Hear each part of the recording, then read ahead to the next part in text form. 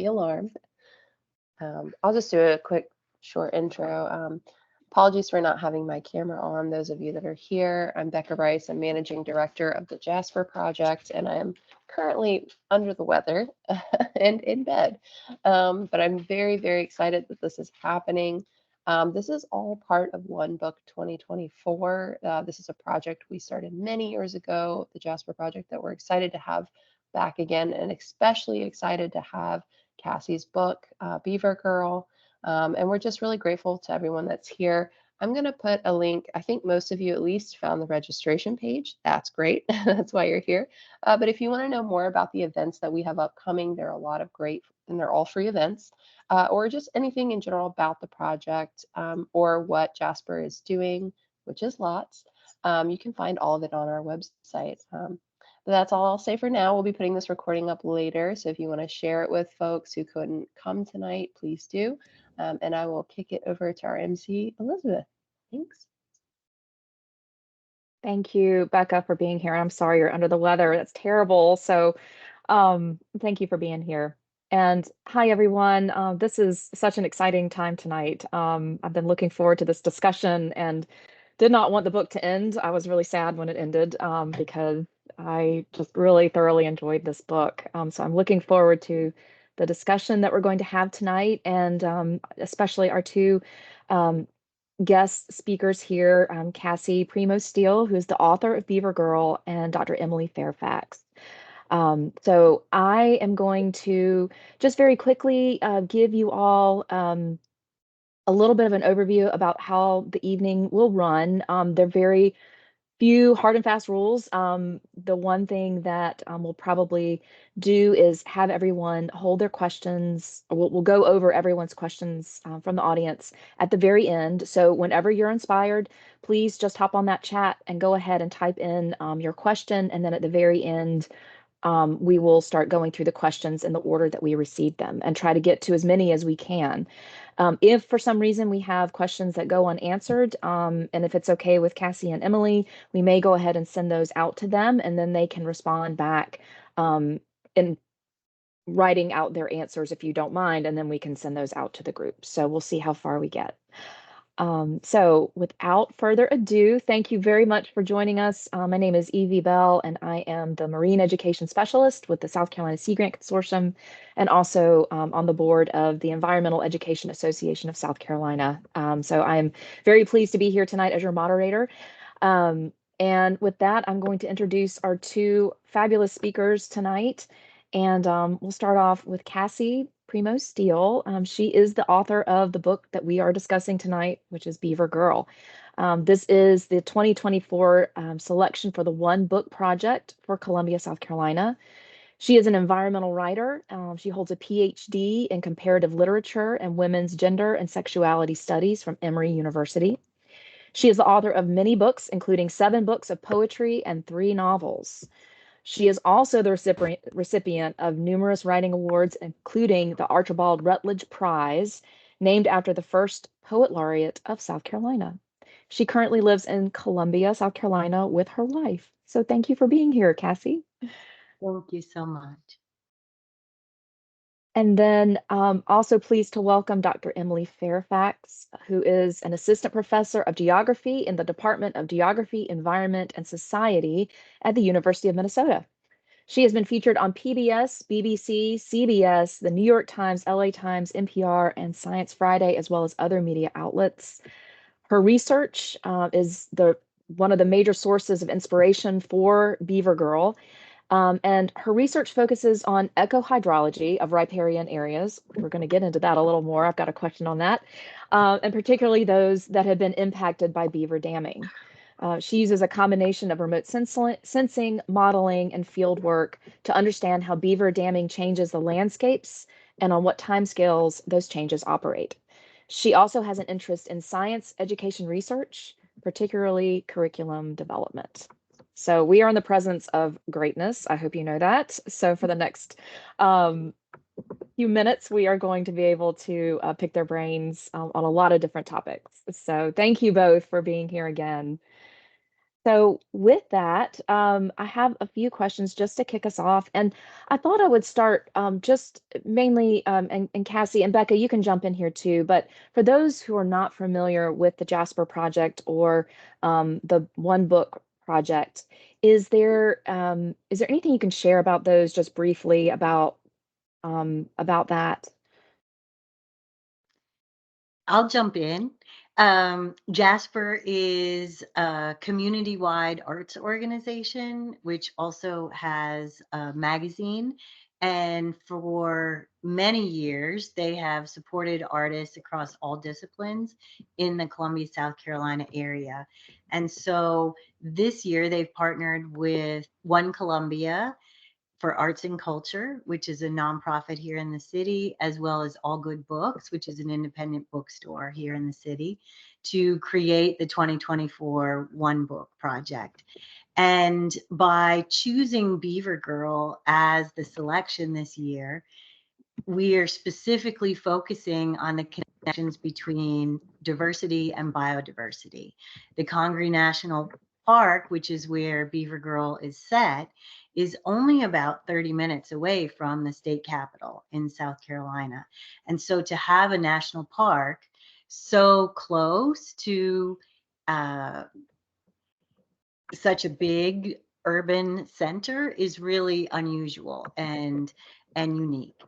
And so we're hoping that people will come together around the book to speak about our role with the environment, with economic development, with diversity, and with biodiversity, particularly in this kind of post-pandemic climate collapse era when people are really, I think, awake to the dangers that we're facing on many fronts. Wonderful. Thank you for sharing. What a wonderful project.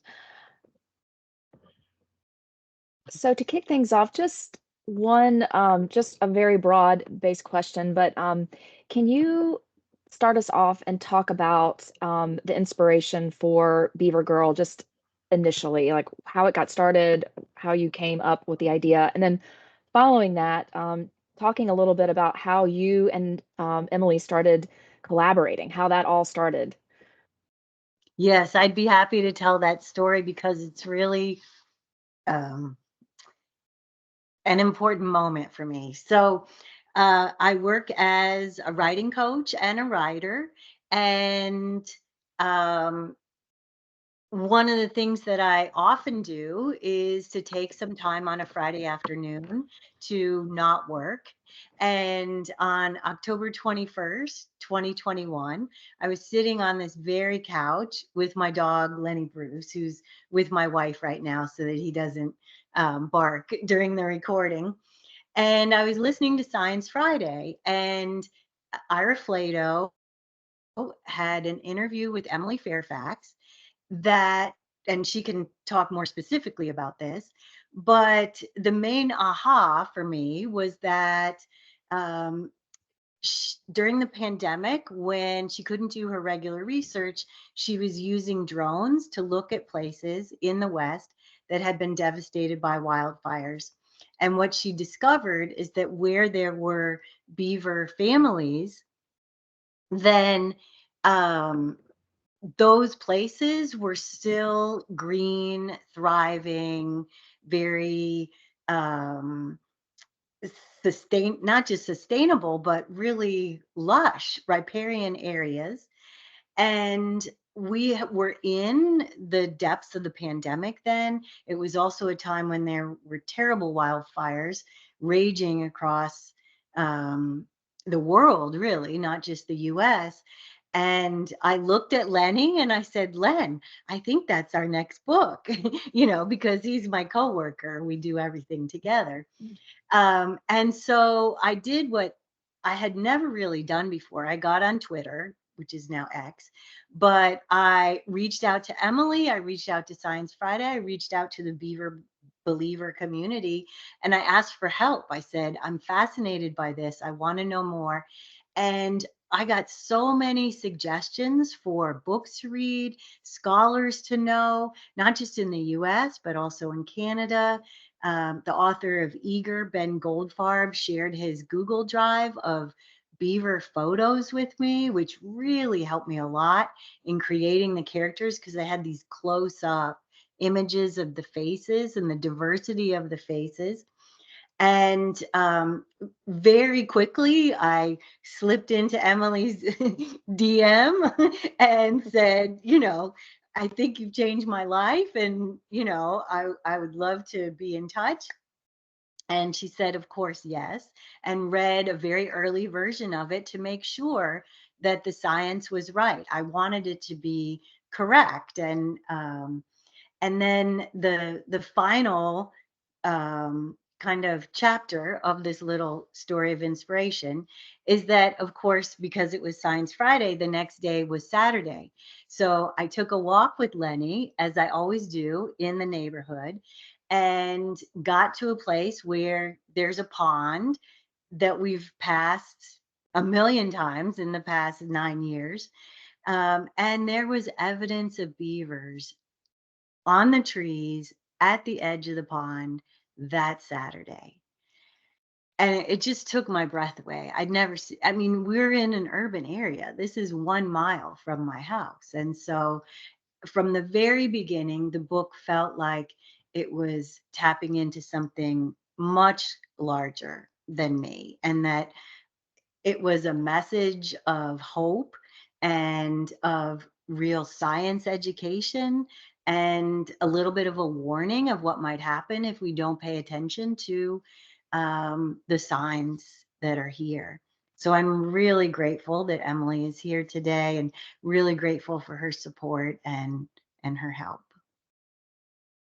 Great, Cassie. Emily, is there anything you'd like to add about the collaboration with Cassie and helping out with the book and the review of the book and just your part in the story? Yeah, I mean, it was a real treat to get to be involved in it because so much of research and academics is like spreadsheets and computers and data, which I personally do love, but that's like one side of the brain getting scratched and the other side can get kind of lazy.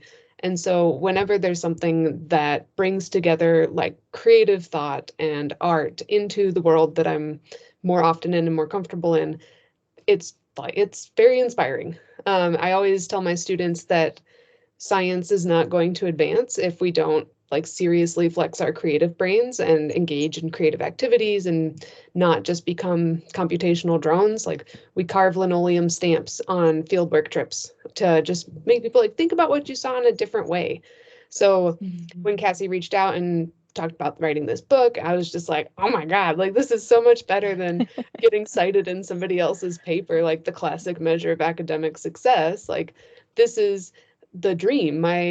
The things that I care about so much in my own research, I'm seeing them echoed and mirrored and expanded upon in these other realms. And I know that means it's going to reach more people and it's going to change more minds. And that's all I really want out of my career. So it was very cool to see Cassie give that a big boost.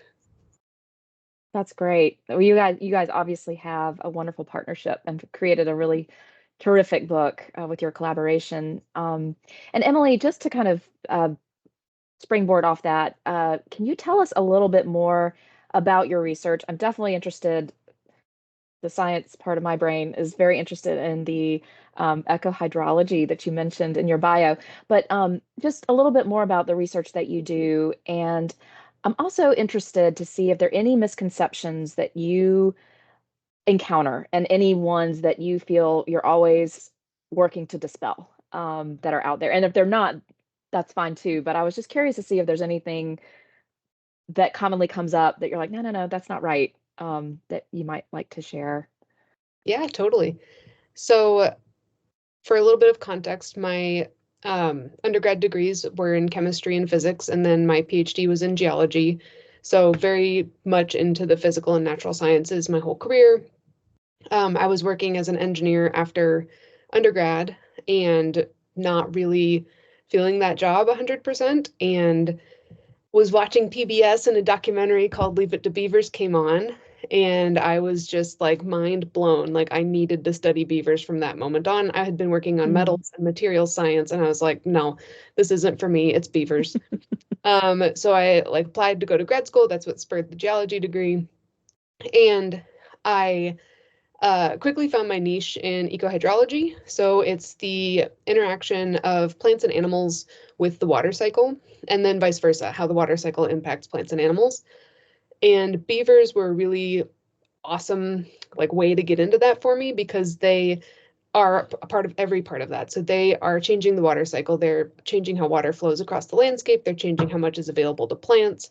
But then that fundamentally changes the ecosystems around them, which then is going to go back and influence the beavers, which is going to influence the water some more. And so it quickly became this like incredibly complicated interdisciplinary web, which was right up my alley. Because if you didn't gather it from my background, I have a hard time committing to like one small discipline. Like I want to be reaching and grabbing in everything. I want to do ecology. I want to do physics. I want to do water. And beavers were in all of those spheres. And then I also realized like I truly am a data nerd and a computer nerd. And like I recognize about myself. It's fine. And I found remote sensing. And that's using drones, that's using satellites, that's using all these really cutting edge technology tools to look at beaver wetlands from above and see how they respond to different disturbances like droughts or wildfires or floods. And when I was a kid, growing up, I would read these little novels about time travel all the time, and I was obsessed with them. Like I was like, I'm going to be a time traveler, which is we don't have time traveling for people, but satellite data is pretty much as close as you can get. Because if there was a wildfire back in, 1997, I can go access satellite data from 1997 and see exactly what happened and see how did the beavers deal with this wildfire that was happening when I was like 5 years old. I'm not really time traveling and I can't go back to like 2000 BC, which is what the books did a lot of the times. But it was really interesting for me to be able to navigate space and time in such a novel way. And that's been a big theme in my research. Like, how do beavers work at the individual pond scale, but then at these much, much larger spatio-temporal scales? And then misconceptions. Oh my gosh, there's many, unfortunately. And one of the biggest ones I actually blame literature for, and that is that beavers eat fish, and they don't. And I've gone on many a tirade about this because whenever I ask people, like, why do you think that? Like, why do you think beavers eat fish? Across the board. Oh, it's the Lion, the Witch, and the Wardrobe. They serve up this big plate of fish in like Mr. and Mrs. Beaver. They're serving up the fish. And I'm like, no, I don't think C.S. Lewis was like trying to be the original source of beaver misinformation, but that certainly happened. So that's a big one. Beavers don't eat fish. They're vegetarian. They eat their own poop sometimes, but not going out fishing or eating any other bugs or animals. Another one that I encounter a lot is that people think beavers are going to really rapidly overpopulate an area and become super, super dense and have like an infestation.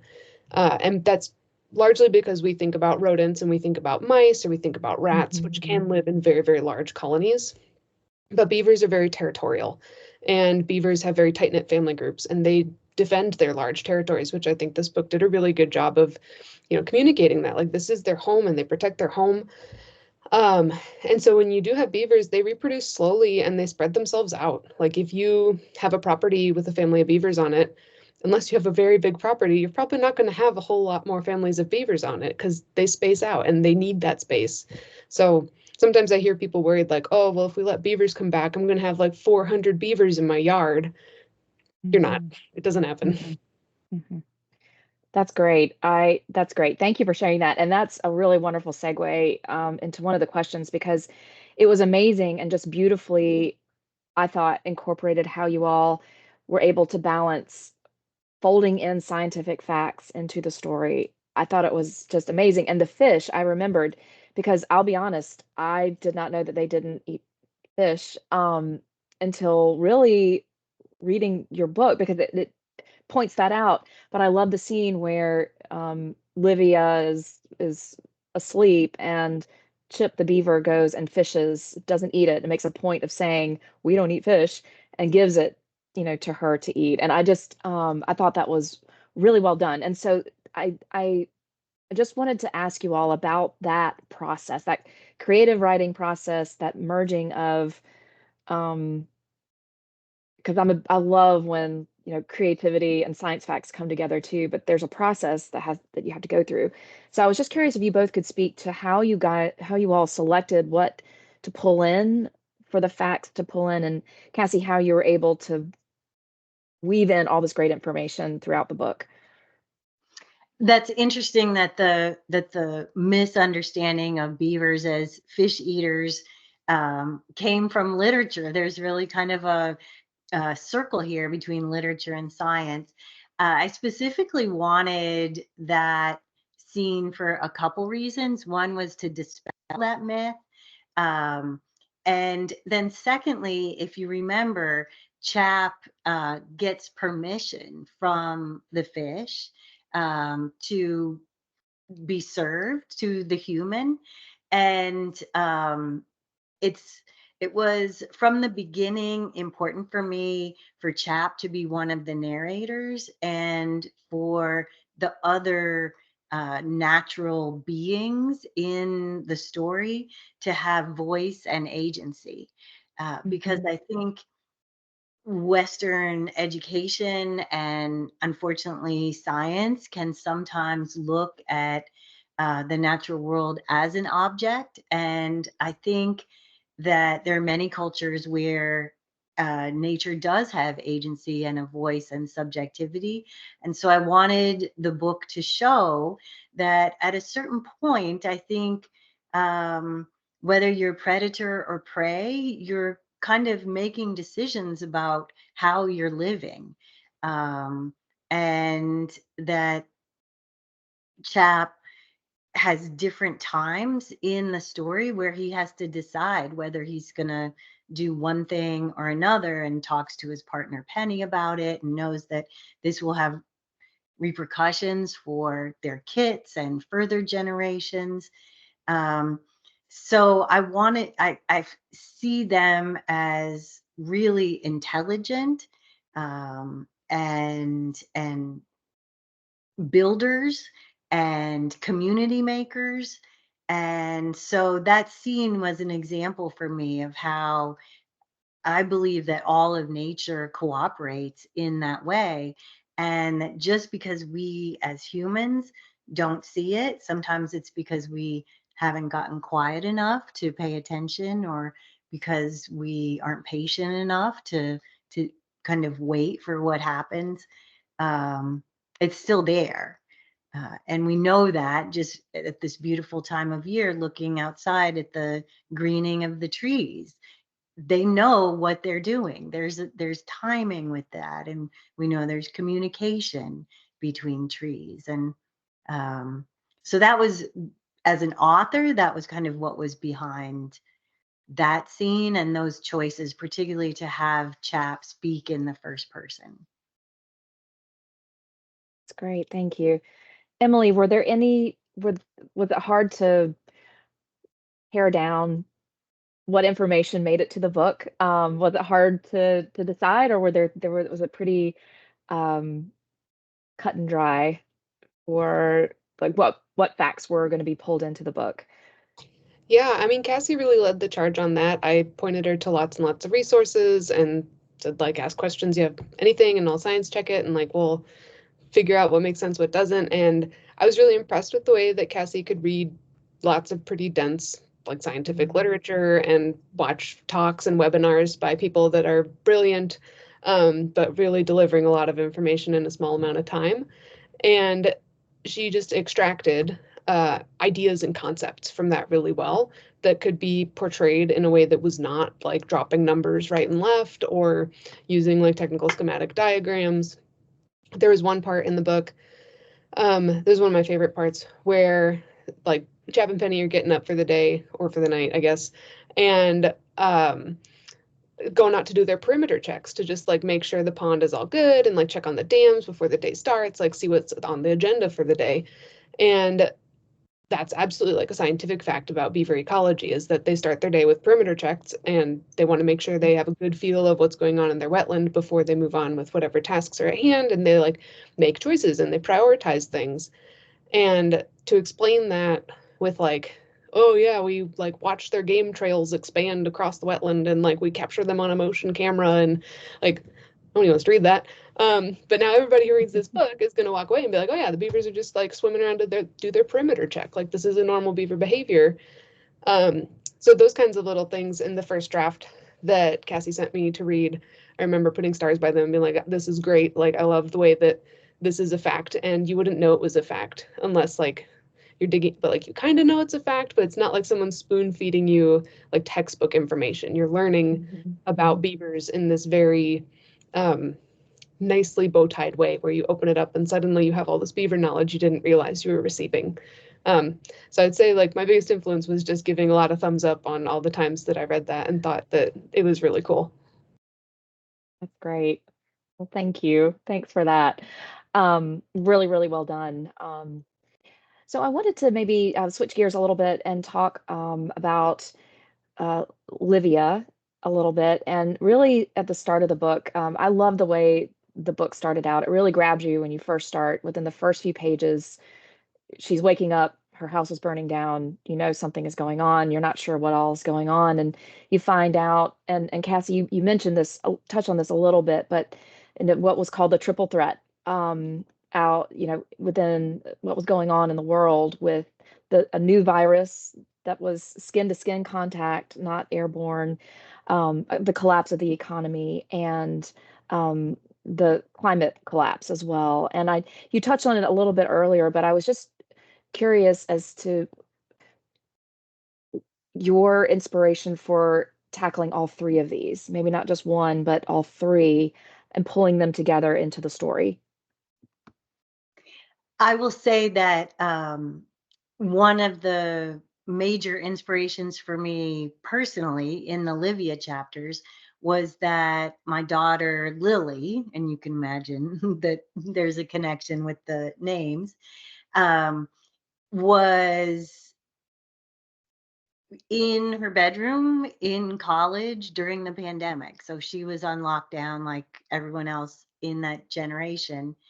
And it was very worrisome as a mom to see a young person who is supposed to leave the nest at that point kind of be locked down and try to continue an education without all of the fun that's supposed to go with being in college at that time. I remember at one point she said, I miss the class clowns because they're not saying anything in the Zoom chat. That was the whole reason why I used to go to class. It's because they would make me laugh. And so it was a way for me of working through what I saw that generation going through and the incredible collective historical trauma that was happening in real time for them. And also the sense that their lives would never be the same and that they wouldn't take things for granted anymore. They couldn't turn away from what was happening, the fires in the Amazon or in Australia or in the West. They couldn't turn away from the hatred between different political groups in the US and around the world. They couldn't turn away from the fact that pandemics will happen and major health crises may happen. And so I wanted to write the book from Chap's point of view to explain the wisdom that beavers hold. And I wanted to write the book from Livia's point of view to explain the resilience and clear-eyed pessimism that the young people of today have, I think. And I don't worry as much now that we're kind of in the next phase of things, because the 20-somethings that I know have been profoundly changed by what they went through at a time when their brain was developing in certain ways. And I think that they are looking for lives of meaning. I think that they're looking for engagement. socially, politically, economically, because they felt at that crucial juncture when they were becoming adults that we couldn't keep going in the same ways unless we wanted things to turn out the way they had turned out for Livia in that first chapter. That's wonderful. And it touched on a question I had too about perspective change. And I thought it was really, I think it was on page 55 where she's reflecting on, and she uses the word, I think she calls herself wasteful and selfish because she was reflecting on in her previous, before her current situation, that she was obsessed with beauty products and trying to find, the beauty products that were going to do this, that, and the other, and her reflecting on that and how it was this interesting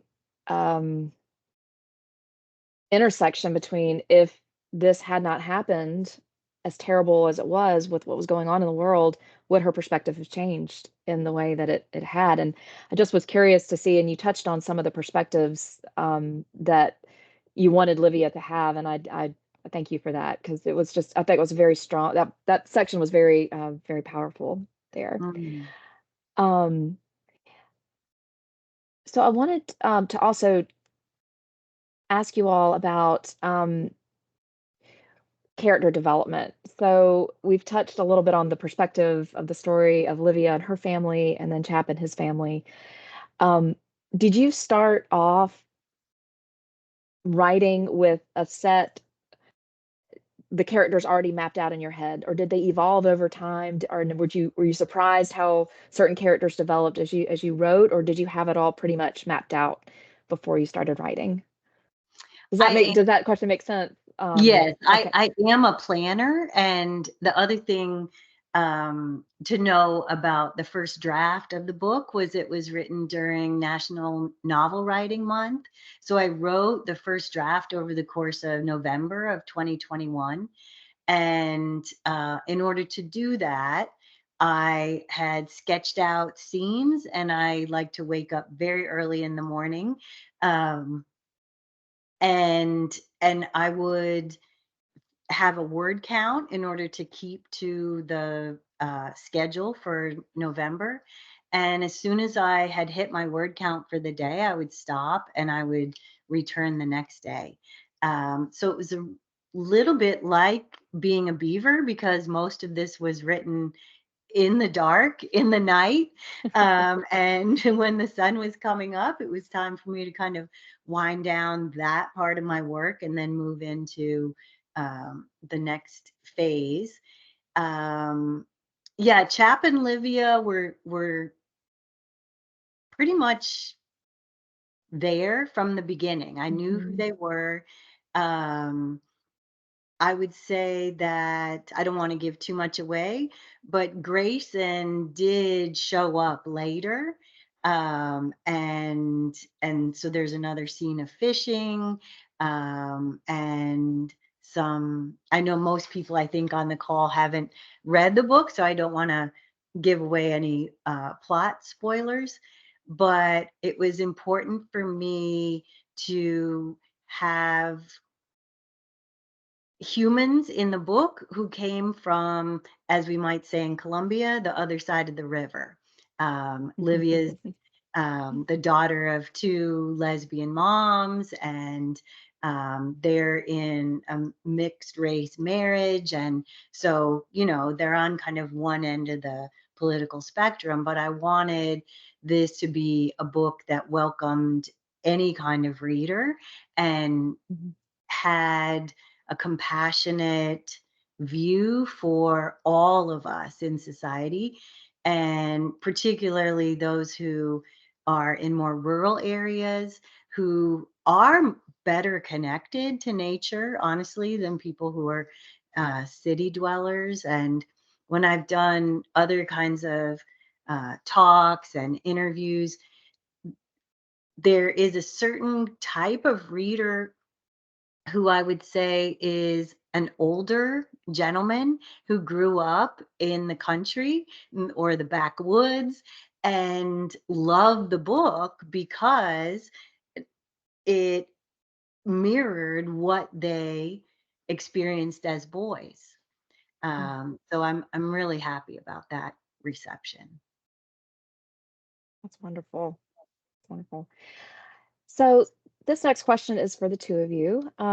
There are several comparisons between Chap and his family and humans, and some of them are the fact that they're similar, other ones that they're not. And one being that how Chap talks about how beavers waste nothing as opposed to humans wasting a lot. And then on the flip side, where both were very nurturing to their young in the book. And I was just curious to see if you think that there are more similarities between beavers and humans or differences. Ooh, I mean, we're both mammals. No, there's more than that. I think that one of the reasons people really like to learn about beavers and read about beavers and study beavers is because the more you know, the more you start to witness behaviors that feel familiar. And that's not super common for us to feel. And if we paid closer attention, we could probably feel some sense of familiarity with a lot of organisms on this planet. But beavers are very over the top about it. From like they're building a house that they do their best to maintain and like patch the roof, and you see the siblings squabbling and like pulling each other's hair, and then one of the older siblings comes in to break up the fight, and then they all get sulky and moody. And like the whole time you're out doing field work or watching beavers just swim around in your community, you're like, yeah, been there, buddy. I mean, they're different too. Like beavers, I think I talked about this with someone recently, like the reward system in beaver social groups and society is very different than in human society. And so I think like beavers are very motivated by safety, and they're very, very motivated by building their family. And if they do those things, like they get rewards. So I think one thing people really deal with and grapple with that beavers don't is just these outside pressures to like make a lot of money or make yourself look really nice. And it does shape who we are as people. And so in that way, I think we want to be more like beavers, and we can idealize the way that they live their lives and have their communities, but our society doesn't necessarily reward that the way beaver society does. So it's harder for us. It's harder for us to put that focus and time and energy in when, you know, you don't get a raise on your paycheck because you added new mud to your roof. We're not directly benefiting from it quite as clearly. So I think beavers are really good as like an aspirational animal for a lot of folks to think about, like this is a creature that shares a lot of motivations with us and seems to be doing it very successfully. But also don't hold yourself too firmly to the beaver standard, because human society is complicated in ways that beaver society just doesn't have to deal with. That's great. That's great. Thank you. I love that. I'm going to go put some mud on my roof and see if I get a raise in my paycheck, see if that comes through. And Emily, I was curious too. I've enjoyed reading in your bio about your connection to science education research and then curriculum development. And I was curious if, and also Cassie, if you can speak to this too, but how you envision this book being used to educate others and our youth, and what would be some of the main take-home points that you would want to be passed along, either the educators passing along to their students or the students reading for themselves. Yeah, so I can start. I teach classes on data visualization and science communication. And in those classes, one of the things we often do is we read about the same topic from one or more different just writing perspectives. So we'll read the peer-reviewed publication, we'll read a write-up about it in like Scientific American, we'll see if we can find a more popular news coverage of it, like on CNN or something. But a lot of times it's all very surface level and it doesn't let us dig quite as deep. So one thing I really liked when I read Beaver Girl, and a plan I have for the next time I teach my SciComm class, is there are really technical books about beavers too, like Saving the Dam, Ellen Wool, great book. Eager, drifting a little bit less technical, but still fairly technical, great book. But now Beaver Girl, like I wouldn't describe it as technical, but it's very great book, and it has a lot of like lessons to learn in it. And so what we've done before is map out like the facts you learn and the biases that you encounter, and like how everything in the presentation affects your like reception of that knowledge. And I think being able to do it with full books so that we can actually talk about the influence of story in a real way. We talk about it for like a 2,000 word article, but it's not like story on 2,000 words is different than story in a novel. I think it's going to really open a lot of students' eyes to the fact that science communication isn't just journalists covering scientists. Like there's a lot of ways to communicate science that are really valuable and really impactful, and that for a lot of people, Beaver Girl is going to be more memorable than reading some technical peer-reviewed paper. And when it comes to communicating science, like the stickiness is the hardest thing to achieve, especially for scientists that don't flex their creative brain. And Beaver Girl gives a really good sort of roadmap for ways you can do that through story, through narrative, through vivid imagery. So I'm looking forward to incorporating it in that way. That's great. I would just jump in and say my background as a scholar was in how literature can help us witness to and heal from traumatic histories. And one of the key factors in that is that when we are experiencing a traumatic event, the brain registers it differently. It's not registered in a narrative way, and often the emotions kind of go offline in order for us to move through the event. And so later, the healing process takes place when we remember for the first time the feelings associated with the event. And I think one of the things that I tried to do in Beaver Girl is to allow all of the characters, whether human or animal, to have emotions and to have memory and to remember painful things or witness to violence or other traumas that they have lived through and share those feelings with each other, whether it's fear or rage or grief. I think grief is one of the things that is hardest for us as Americans to deal with. We're kind of good at rage, and we're kind of good at love, honestly. But one of the key scenes for me that what came in a later revision as I was finalizing the book was where Livia dives into the beaver pond and processes her grief at all she's lost by swimming and screaming underwater and letting the tears flow with the water.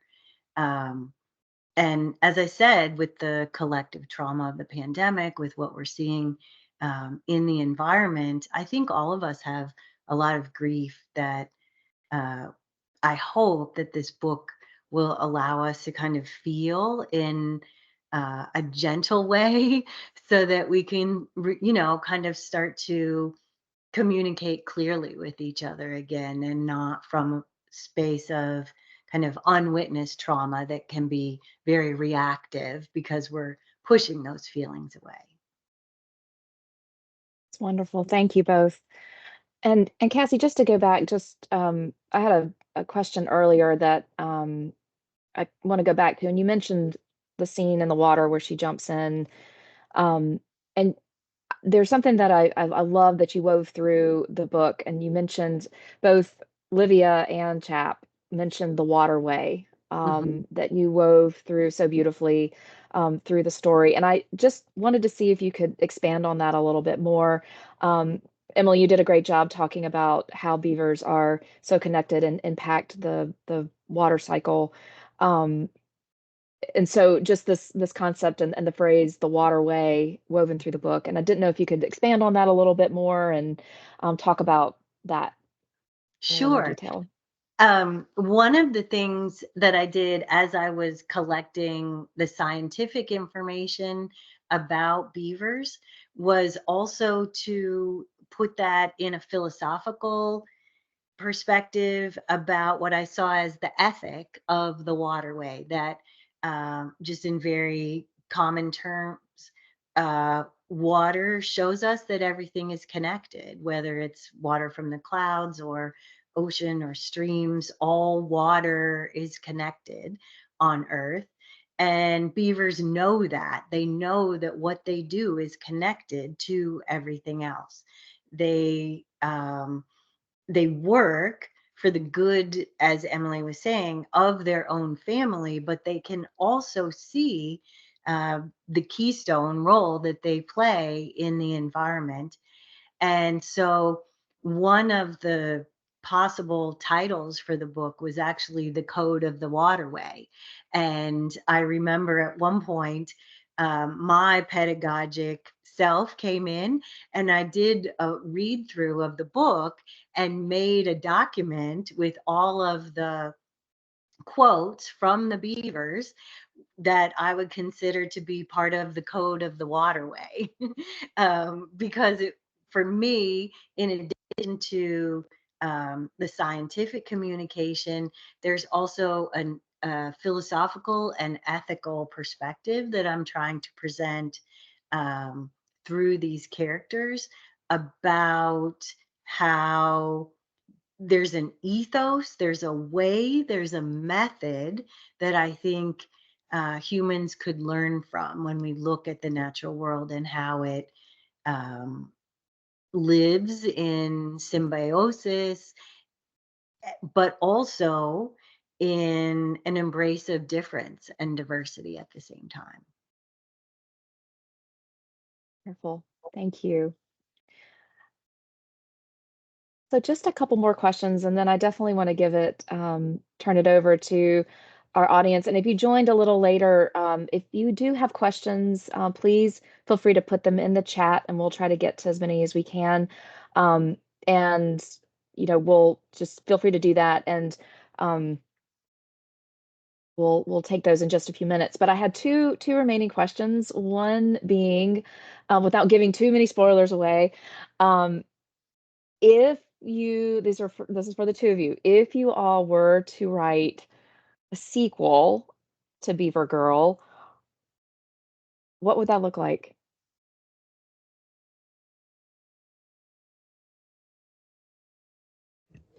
I think that I don't know if it would be a sequel or like a sister novel, but I think it'd be really interesting to have like a retelling slash the side stories of all the other things that are also finding refuge and hope and sanctuary in the beaver wetland, because like the people did and the beavers did, and Cassie did a great job of bringing agency to a lot of other animals and organisms. But like I'd like to know about a muskrat that comes and lives there and spends his winters in the beaver lodge, and suddenly there's this rando and the beavers are okay with it, and like why? And then what does the muskrat take back to the muskrat's family, to just like further expand on the fact that they are keystone and the decisions that beavers make do really affect a lot of other species and their lives. And it'd be, I think, really interesting to just read even more of those perspectives, because I imagine some would be pretty grouchy about the new visitor, but some would probably be really excited. Like muskrats are pretty playful. Herons might feel a little bit like their turf is being invaded by another potential fisher person. So I think that'd be really interesting to read. Love it. I love it. I would focus on birds. I absolutely love birds. We have herons and egrets that nest behind our house. And we had a cardinal who visited us during lockdown who looked like he'd been taken by a hawk and then let go. He was, kind of messed up. My wife and I called him It Gets Better. And he would come visit us and he would tell us it gets better. And he was with us for many years. And we know the hummingbirds that come to the backyard feeders by name. So yeah, it would definitely, for me, it would be birds. That's getting a thumbs up in the chat as well. That's excellent. Good deal. Great. Well, thank you. Well, I'll be eagerly awaiting Beaver Girl 2 to come out next summer or this fall or sometime soon. So one last question, and then we will turn it over to our audience here. Is the title of our get together is Can Beavers Really Save the World? And I want to end with that question for you both. Can beavers really save the world? Beavers on their own directly probably cannot save the world, but I think people learning from beavers and beavers doing what beavers do and them being sort of a flashpoint for us to realize how much happens in nature that is to our benefit if we just let it be, or support it or conserve it or work more harmoniously with it. I think that can save the world, because I think there's a big attitude shift that needs to happen about people as part of the ecosystem versus people separate from the ecosystem. And so in that sense, yes. But I would not suggest that everybody just goes about their everyday lives and continues all of their behaviors and just assumes the beavers will fix it. Beavers are not Yeah. necessarily running our economy or many other things that we're stressed by. So we have a role in this too. Right. Thank you, Emily. And I guess my answer would be kind of an internal answer. What does the book show you about yourself that needs gentleness and needs an ethos of connection and is open to healing? And I think at that level, beavers as philosophers can heal us at an individual level, so we make the kinds of different decisions in our behavior that Emily was talking about. Great. Thank you both. All right, we have about 8 minutes left, and I see one hand raised. I think Polly, your hand is raised. If you would like to, you're welcome to take yourself off chat and ask your question directly instead of putting it in the chat. That's completely fine. So Polly, would you like to ask your question? Well, I really don't have a question. I don't know how my hand got there. So. No problem. I do not mean to put you on the spot. That's okay. That's your But question. I'm How did looking my hand get forward to raised? reading the book after the discussion. So Excellent. Excellent. And I believe, Amy, did you have your hand raised as well? I did. Hi, Amy. First of all, hi. I was going to say thank you, Emily, for everything you shared. I really appreciate listening to you. I've heard a lot about you from Cassie, but it was nice to hear from you tonight, and I appreciate that. My question is actually for Cassie, though.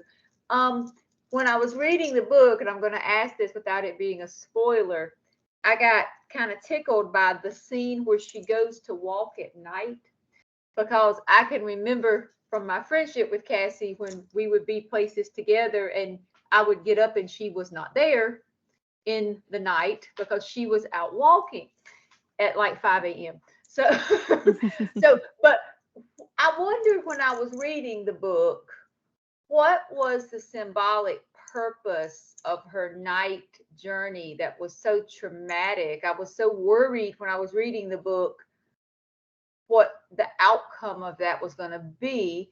I just wondered if you could expand a little bit on why you included, like I said, I felt it as a personal reference. I thought it had some deeper meaning for you because I know you. And so I was thinking, how does it intertwine in this book? It was very powerful for me as a mother. I was just blown away that she did that. So I just was curious as to why that had the role it has.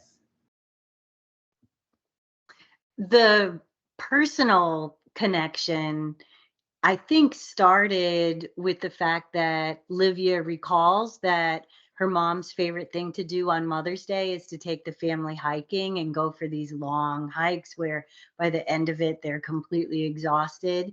And she remembers the calm that descended on her after being out in the wilderness for all of that time. And so she turns to that herself as a way of regaining calm during this really anxious time. She also goes out at night simply as a way of protecting herself, because things have gotten so dangerous in the world that she doesn't feel safe in the daylight. And so the first time in a long time that she goes out in the daylight is when the wildfires are encroaching upon her house in that first chapter. And I don't know if you're supposed to say this about your own writing, but one of my favorite lines is when she says that she can't believe that the green profusion of the world is still going on. And I feel that every spring and summer, you know, after the winter, the green profusion, no matter how hard the year has been, it always comes back. And so yeah, those nighttime walks, I think, Amy, are personally kind of autobiographical. And during the pandemic, I found a lot of solace from going to Congaree National Park or state parks in South Carolina and walking with Lenny for hours until kind of the human anxiety could dissipate and I could go back home and return. Thank you. I was, yeah, when she was doing that nighttime walk, I was like, no, no, no. Something's gonna happen. That's great. Thank you, Amy. That was a great question. The next question is from Carol. She asked, what do you think happens to Livia after this book? Can she continue to survive? Thank you, Carol. Emily, do you want to start first with that? I don't know. I'm pretty bad at talking about ends without accidentally dropping spoilers. So I will just say that I have a lot of faith in the survivability of someone who takes lessons from a beaver. Great answer. I agree. Yes. And when we had the 2024 One Book launch announcement here in Columbia, South Carolina, there was a poet, Al Black, who wrote a poem that he read at the event based on, it was called The Remembering. And he imagined 3,000 years after the time of Livia and Chap, kind of as people do, retelling the story of things starting over. And so if he could imagine that, I think I could imagine it as well. That's great. What a great question. Thank you. Well, with the remaining couple minutes we have, are there any last comments that either Cassie or Emily you would like to share? Anything that we didn't cover that you would like to share with the group before we sign off tonight? I'll just say that most of the scientists in the beaver world and the advocates in the beaver world and policymakers in the beaver world, like none of them intended to be a beaver person. Most people at some point encountered a beaver itself, or they read something, or they saw something, like when I watched the documentary, and like they look back 5 years later and they're like, oh my gosh, all I think about is beavers now. It's just beavers 24/7. And we jokingly call it like your beaver spiral. And when you're out on like the periphery of it, you don't realize it's begun really. But then by the time you are like, oh my gosh, it's all beavers all day, you're like down here in the vortex and you're not getting out. Like you're a beaver person.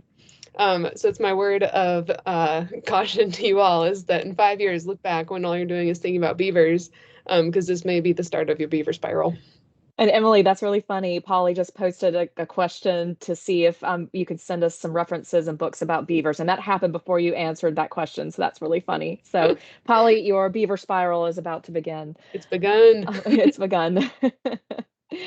And Cassie, anything that you'd like to add? In response to Polly's question, I would also say that if you look at the blurbs at the beginning of Beaver Girl, all of the people who wrote books about beavers, I would highly recommend all of their work. It's readable and engaging, and that would be kind of a good place to start if you wanted to do further reading. And I would also say anyone who's listening now or in the future, feel free to reach out to me. I'd be happy to visit book clubs or classrooms or anything that you'd like to have me come talk about the book. Oh, I'll be reaching out to you. Don't you worry. Thank you, Cassie. Thank you, Cassie, and thank you, Emily. And thank you, everyone, for being online tonight. This is such a treat. And if you have not gotten your copy of Beaver Girl, get it. It's amazing. And hopefully, this conversation has just inspired you even more to go and get a copy and send some to your friends. It's a wonderful book. So thank you both for being here, Cassie and Emily. Thanks to everyone for being here. And Becca, thanks for organizing tonight's event. Thank you guys so much. I hope all of you have a good night. And if you have any questions after the fact, you have the contact info that's on the site. But I hope you enjoyed the talk. I know I did. Thank night. you. Thank Good you all night. for being here. It was really such an honor to be with you. Thank you. Thank you, Evie, and thank you, Emily. This was great. Yes, thank you so much. Sam, You guys Thank are you. the event. His Bucky's shirt.